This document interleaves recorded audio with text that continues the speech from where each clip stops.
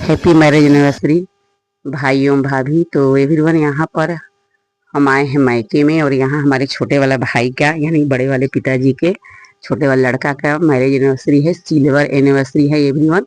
तो यहाँ हम सब इकट्ठा हुए हैं। ऐसे हम महिलाएं अपने मायके में बहुत खुश होते हैं एवरीवन। नॉर्मली हम जाते हैं तो लगता है कि हमारे एक होता है ना जिंदगी का खजाना, तो खजाना मिल जाता है और ससुरा में जो भी हमारा टेंशन होता है वो हमारा खत्म हो जाता है एवरीवन। मैं तो यही कहूँगी, कभी कभी मायके में ऐसे भी बिना बुलाए भी जाना चाहिए, क्योंकि वहाँ आपका अधिकार है। तो देखिए यहाँ पर हमारे यहाँ कोई भी शुभ काम करने से पहले कथा होता है सत्यनारायण भगवान को। तो यहाँ भाई और भाभी ये दोनों मिलकर लोग कथा सुन रहे हैं और पैर पूजी हो रहा है एवरीवन। तो यहाँ पैर पूजी में जितने बड़े बुजुर्ग होते हैं यानी गुरु पंडित होते हैं सबकी पैर पूजी होता है एवरीवन। तो यहाँ हमारी भी पैर पूजी हो रही है तथा शक्ति तथा भक्ति के अनुसार एवरीवन। बहुत अच्छा लग रहा था और इसका 25वां एनिवर्सरी था एवरीवन सिल्वर, और बहुत धूमधाम से मनाया एवरीवन। कहते हैं ना कि दिल बड़ा होना चाहिए कोई कार्य करने के लिए।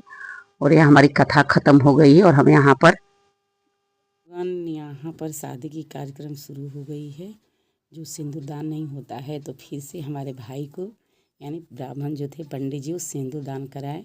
देखिए बहुत सुंदर लग रहा था और बहुत सुंदर ये पल था। जो भी हमारी ज़िंदगी में पीछे बीते थे सब हमारे यहाँ यादगार सी बन रही थी और सब लोग मिलकर यहाँ आशीर्वाद दिए और भगवान को साक्षी मानकर, अग्नि माता को साक्षी मानकर यहाँ पर सिंदूरदान हुआ। और फिर हमारे जो गाना बजाना के कार्यक्रम होता है वो हम सब बहनें मिलकर यहाँ पर कार्यक्रम